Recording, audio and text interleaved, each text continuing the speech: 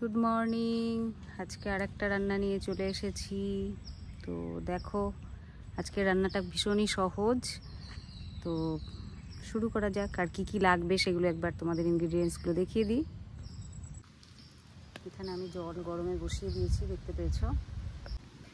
এখানে দেখো আমি নারকেল, কাঁচা লঙ্কা, নুন দিয়ে কিছুটা বেটে রেখেছি। নুন আছে, হলুদ আছে, আর এখানে চিংড়ি মাছ আছে।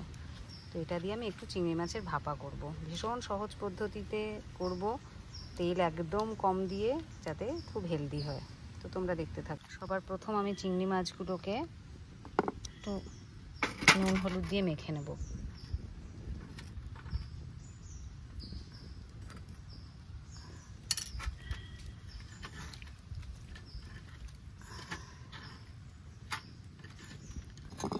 এটাকে এই পাত্রে ট্রান্সফার করব।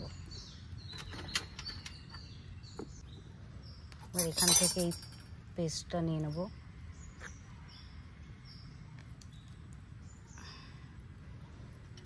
এখানে একটুখানি হলুদ দেব, একটুখানি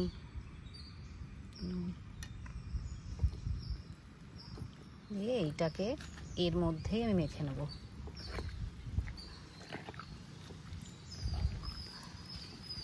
পাত্রটা একটু ছোট, আমি এটাকে পরে বড় পাত্রে ট্রান্সফার করে দেবো। আগে একটু মেখে নিই। আর একটু নুন হলুদ লাগবে, আর একটু হলুদ, আর একটু নুন নিয়ে নিলাম।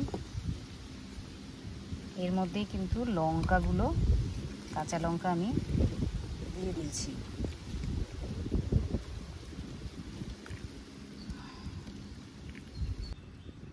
এবার এই যে পাত্রটা আছে দেখছো, এখানে আমি অল্প একটু প্রথমে তেল দেব, খুব সামান্য, যাতে নিচে একটু তেলের ভাবটা থাকে, দেখতেই পাচ্ছ।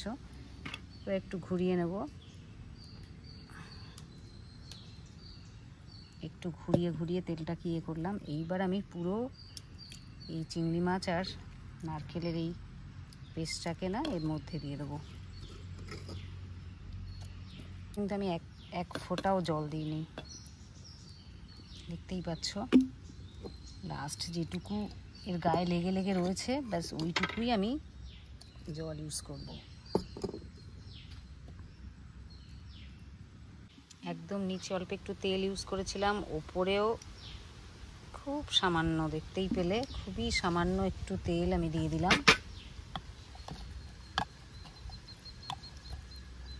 তোমাদের বলতে ভুলে গেছি, যখন নারকেল আর কাঁচা লঙ্কা দিয়ে এটা পেস্ট করেছিলাম, তখন আমি সামান্য দই ইউজ করেছি। তো দইয়ের মধ্যেও কিছুটা তেল রয়েছে, এই জন্য একদম তেলের দরকার নেই। চারটে লঙ্কা আমি সাজিয়ে দিয়েছি। এবার এই পাত্রটাকে নিয়ে আমি এখানে যে গরম জলটা ফুটছিল সেই পাত্রের মধ্যে বসিয়ে দেবো। আর সুন্দর একটা ঢাকনা আছে, এটা দিয়ে ঢেকে দেবো। এর উপরেও আর একটা ঢাকনা দিয়ে আমি কভার করে দেবো। এবার এটা হতে থাকবে, দেখা যাক। দেখো একদম তৈরি চিংড়ি মাছের